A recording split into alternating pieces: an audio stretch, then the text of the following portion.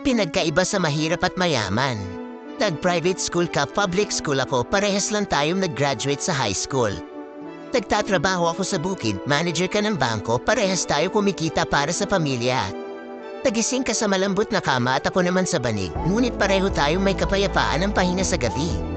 Ang mahal ng outfit mo, sa akin ukay-ukay, pero parehas pa rin tayong nagko-cover ng ating kahuberan. Tumingin ka sa orasan na Rolex, ako naman wall clock, pero hindi naman nagbabago ang oras. Pagkain mo pang mayaman, ako naman pang mahirap, pero parehas tayong nabusog. Sumakay ka sa sarili mong sasakyan, sumakay naman ako sa tricycle, minsan habal-habal o kaya naglalakad, pero pareho tayong nakakarating sa pupuntahan.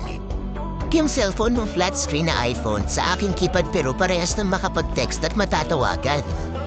Ang buhay ay hindi isang kompetisyon. Ang kaligayahan ay hindi nagmumula sa lahat ng bagay. Maging masaya tayo sa kung anong meron tayo ngayon. Kasama ang mga mahal sa buhay at walang mga sakit, walang permanente sa mundo, lahat nagbabago, lahat nawawala. Kaya kung anong mang meron ka ngayon ay enjoy mo lang. Lahat ng bagay ay hiram lang maging ang ating buhay. Maging mabuti sa lahat ng walang dahilan. Maging mapagkumbaba, piliin ang kapayapaan, katahimikan ng puso't isipan. Pinsan lang tayo may pagkakataon mabuhay sa mundo.